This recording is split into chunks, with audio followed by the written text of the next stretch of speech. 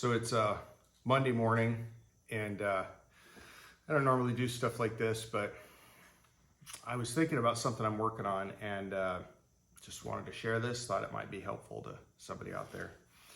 So I was working on this knife last week, and it's a big camp knife. It's very simple material-wise. I try to make it really simple, but also really detailed at the same time. It's kind of the feeling I was going for. And something didn't work out the way I wanted it to. And even though the knife is what I could call completely finished, there's just this niggling thing that's driving me crazy. Basically what happened is the handles are black paper micarta. It's grainless, it's featureless, it's just meant to look like black nothing. Let's see if I can show this. So there's this, see that line right there? It goes all the way up, you can see it right here.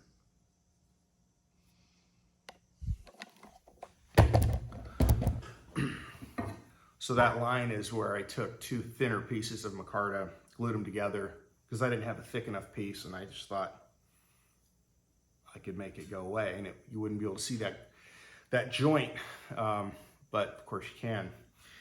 And so I was really discouraged at first because the knife is, I figured I wouldn't know until it was completely done whether it was going to work out or not. And now that it's completely done, I can see that there's nothing I can do to hide it. I've tried everything I can to camouflage it or polish it differently to make it look like it's not there, but it is. So this was bothering me, and I know that people like to think of artists as people with sort of just unfettered perfectionism. Nothing's ever good enough, and no matter what the cost, I'm going to redo it, and I have to just do it. I mean, people love to think of people who do this kind of thing for a living in those terms because it makes us, I think it makes us sort of like alien creatures. Like we get to have as much perfectionism as we want. Sometimes that's true, and those kind of stories, like Monet throwing away all his paintings, sometimes that stuff makes good stories.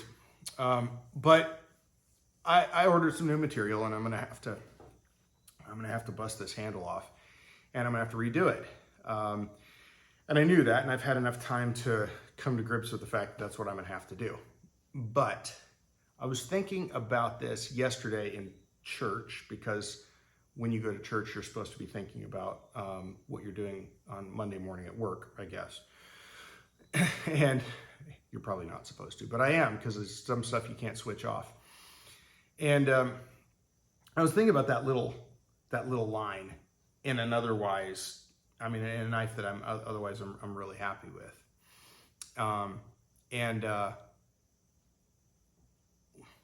What occurred to me is this. It's not, on one hand, I can think about this as just my obsessive, relentless kind of pursuit of perfectionism. Never happy, never satisfied. And in all reality, I can sell this knife the way it is. Guarantee there's somebody out there who'd be thrilled to have this knife exactly the way it is. They might even like that little joint. It's part of the story. It's just kind of a quirky little feature that they get to point out to people when they show this knife off. I'm sure there's somebody who would do that. It probably wouldn't even sell for less. Be the same price no matter what. So in that sense, from a business standpoint, it's stupid that I do this. It's a total waste of time, because I'm gonna have to knock this whole thing off.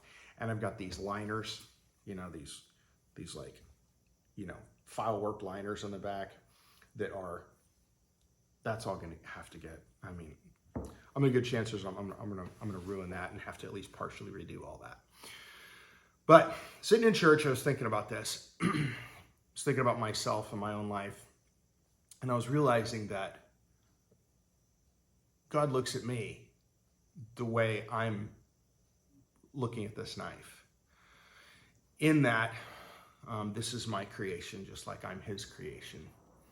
But he doesn't fix these little things in me because he's an unrelenting, kind of obsessive perfectionist. He does it because it's my very best. He wants me to be my very best because I am a reflection of him, just like this knife is a reflection of me. So the work that he puts me in positions to have to do, the challenges that I face and the struggles that I have and the things that just keep coming up over and over again, keep being brought back to my attention, like this is really a thing, you can't let this go. That is not him. And I think a lot of people choose to look at it like that he is just this unrelenting, never happy perfectionist and all these little things I was born with. I mean, there's a narrative today that says if I was born that way, then that must be the way I need to stay. But this knife was born this way. This knife was born with flaws. And yet there are times when God allows those flaws to remain. There's times that he says, we're going to bust this off and it's going to hurt. But in the end, it'll be better. And unlike me, there's no doubt about whether it's going to work out. He knows it's going to work out.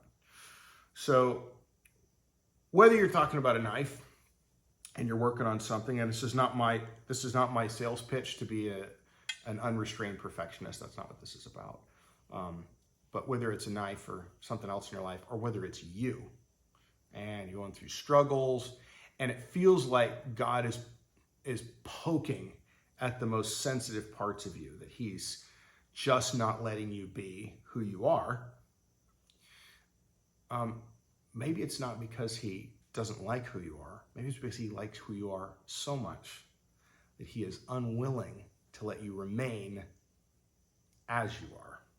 And that there's no economic, like in my shop, where I can look at this as an economic decision.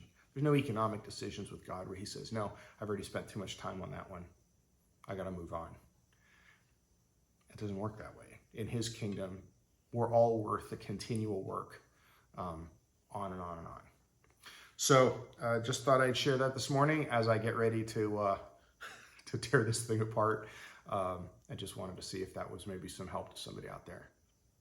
God bless.